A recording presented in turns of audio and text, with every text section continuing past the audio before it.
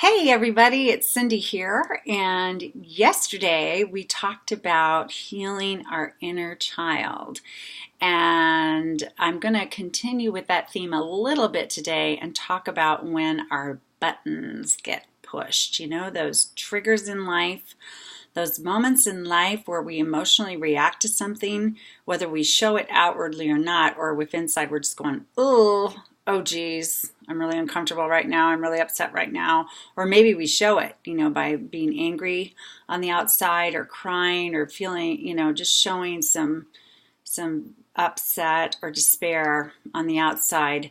So these are moments, the moments our buttons are getting pushed are times when we are emotionally reacting to something that's going on. Usually in a relationship of some sort, whether it's with a colleague, a family member, a friend, a partner, a spouse, a child, doesn't matter. This can happen anywhere. Or we might even hear something on television, see a news story, excuse me, anything at all can be a trigger and push our buttons, our emotional buttons. So when you find yourself reacting, whether it's just inside or you're reacting and it's showing on the outside, these are old wounds or issues that you have yet to resolve in your life. Okay, this happens to everybody. This is a universal experience, so don't feel bad if it's happening. I want you to have some language around it so we can do something about these times, right? So they don't happen so much. So yesterday's video is a very thorough look at healing, old wounds from childhood. This might be a nice continuation or a little bit different of a version of dealing with old wounds or issues that come up. So I'm going to give you an example in my own life of a button that gets pushed still, that I'm still working on. Okay. One of my issues with myself in my adult life, this started about in my mid-20s. I started gaining weight, and I would lose weight, then I'd gain weight, then I'd lose a little, then I'd gain more, then I'd lose a lot, then I'd gain it all back. And I've gone through this yo-yo life with my body. And I'm a fairly confident, very happy person in general in life and feel really good about myself in most areas of my life, honestly. But my body image stuff has been a roller coaster ride for me. And part of that dynamic for me is I was in a marriage in which I was not supported in a healthy way about that journey that I was on. And so eventually I got divorced, not just for that reason, but for other reasons. But then eventually, a couple years after I got divorced, I started dating again. Okay, and was still struggling with my body image issues, still going up and down, and so forth. And so when I would meet new men or talk to new men and think about dating them, or even I was online and scrolling through profiles, and if I saw a really thin, athletic guy that I thought was handsome and sounded like an interesting person that I might like to get to know, if I was in a low point in my feelings about myself, I would talk myself out of even contacting him, thinking, oh, he's thin, he's perfect, he's athletic, he won't go for me because I'm 25 pounds overweight. So I decided for him, like this triggered old issues for me. And I thought, well, my ex-husband was very put off by my body. So all men will be if they are in shape or thin or athletic or whatever. And so I would slam the door shut on even before a guy even talked to me, or I even let a guy talk to me. I would decide for him whether or not I was worthy of his time. Okay? Oh, wow. Now that's a girl not feeling good about herself, right? So, and then I have encountered some men in the dating world, several, who have address these issues with me very directly. And I even had a man say to me a couple years ago, he said, "Gosh, you're everything. You're beautiful. You're smart. You're sweet.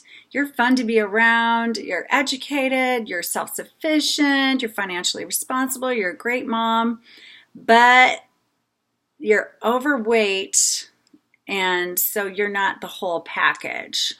So sorry, and I would." Buttons being pushed. You're not good enough. You're not good enough. You're not good enough. So anytime I'm laughing, it's really not funny, but I know it's not funny. I mean, I've cried over this over the years. I've been angry with myself. I've been angry at men. I've gone through all those normal reactions to this stuff. But anyway, anytime you have yourself emotionally reacting, there it is. It's a wound, some unresolved issue in your life, just like mine with my body image stuff is. And so it needs our attention, right? So for me, I either need to, get in the physical condition that I want to be in, where I feel at my best, right? Get healthy and shapely and strong and lose body fat or whatever, or I need to learn to unconditionally love myself no matter what size I am, right? So those are kind of my responses to this issue in my life. Another thing is to not let anyone else's opinion trigger me. If someone thinks I'm not enough because of who I am physically, then that is their decision or their problem. I don't have to make it my problem. So I want you to look at when and notice when you get triggered, and when you notice yourself reacting to something, like you go, "Ooh," on the inside, or you lash out at the person or cry or, feel worse about yourself or something, whatever it is, in whatever way, and take a look and go, okay, what do I want to do about this? Obviously, this is something that is bothering me still in my own self, and what can I do to resolve it or find peace around it?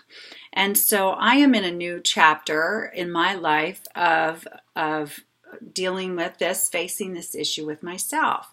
So I have, joined a wellness company, Isogenics. I've been on their nutritional products for 2 months. I have started riding my bike again, which I haven't done in years. And I walk a lot. I've almost always walked quite a bit, but I'm increasing the physical activity in my life. I've also started lifting weights, just small ones, on a regular basis. And in 2 months' time, I've lost 15 pounds and 35 inches off my body with all these efforts and eating organically and more naturally. And I've gotten rid of all the cravings for sugar and carbohydrates, which has completely changed my life with food, and so forth and so on. So I am shrinking. I'm getting more where I want my body to be. I'm not there yet. I've got a belly fat that is being really, really wants to hang on to me or me to it or whatever. So there's still, I've got much left to do for sure, but I'm on the path. And so what's happening at the same time is I'm probably not as emotionally reactive to other people's feedback as I used to be. So I see that I'm feeling, stronger that way and that kind of thing. So I'm shifting, and it feels really, really good.